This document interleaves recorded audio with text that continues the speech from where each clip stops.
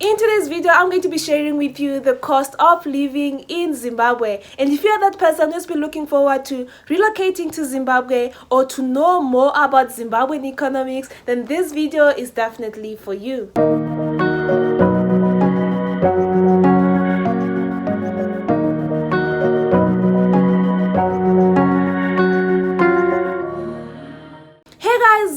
Welcome back to my YouTube channel. If you're here for the first time, hi, I'm Tino Sparks, your favorite African without borders, currently in Zimbabwe. And if you're here for the second or third or more than 3 times, hey, what it do? I know this video has been long awaited, but behold, this video has finally come 2 months later because I needed to be part of the system for me to be giving a well-informed response. Ladies and gentlemen, the cost of living in Zimbabwe actually means how much you're going to be needing within a month of living in Zimbabwe for you to be living comfortably. And this is a disclaimer that this was done basically on my means and on my ways of living, and according to my affordability. This could actually differ from person to person and also with how much you earn within a month. Okay, please give this video a huge thumbs up, subscribe if you haven't. You're on the road to 20,000 subscribers and it can only happen if you guys make it happen. So without further ado, let's get right into the video.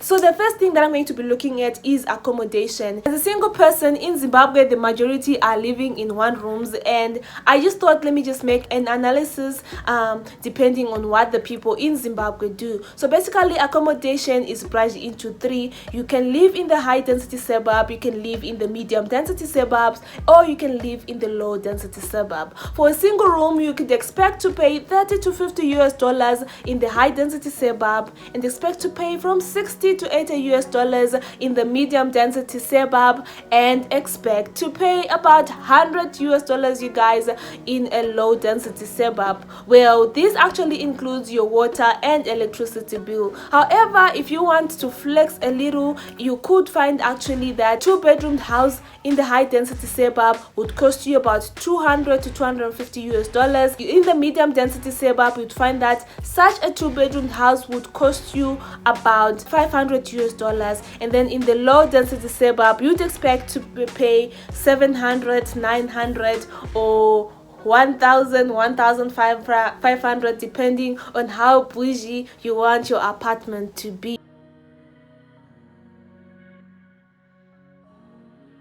For you to be able to have your basics, your basic hopefuls, your basic cooking oil, and you to be able to afford snacks, all the toiletries, and all the cleaning detergents that you need for the house, you need plus or minus $100, which means this is going to also include the meat that you're going to be buying in the house, the bread that you're going to be buying in the house, you know, the vegetables that you're going to be buying in the house. $100 is actually enough for you to be comfortable. For most of us who have a whole earning of the internet is definitely a need. And in Zimbabwe, you have 2 options. You can recharge your cell phone for mobile data, or you can have Wi-Fi through the internet providers. For example, if you want to be using your phone for recharging the mobile data, you would need about $10 for 10 gigs of data, and depending on how much you use, for me, I'll use 10 gig of data within 1 week, which means I need about $40 a month for mobile data. However, if you want to be very comfortable and you don't want your mobile data to run out, the Wi-Fi through different internet providers is definitely a cheaper and more affordable way for you. And in Zimbabwe, with the different internet providers like Zoe, like Tel1, and many others, you'd expect to pay for about $60 to $80 a month for uncapped Wi-Fi, which is very convenient for people who work with the internet on a daily.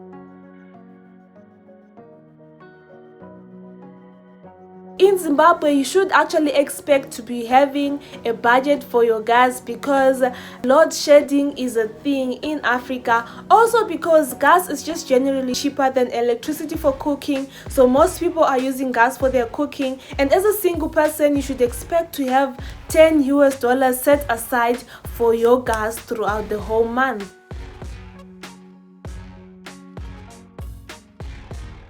as a single person, you should expect to save about 10 to 15 US dollars for health insurance, which covers the basics, and you have a wide variety of options for you to choose from according to how much you earn per month. So you can go and do your research and see which one works for you, and you would choose which one actually suits your expectations as far as health is concerned. For me, as a young person living in Zimbabwe, I would definitely not exceed 15 US dollars a month.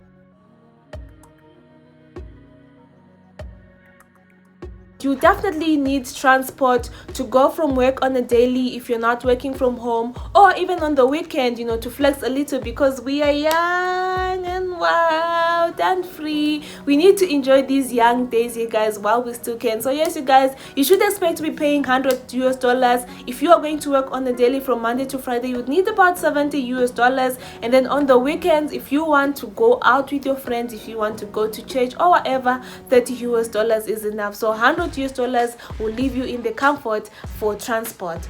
Okay.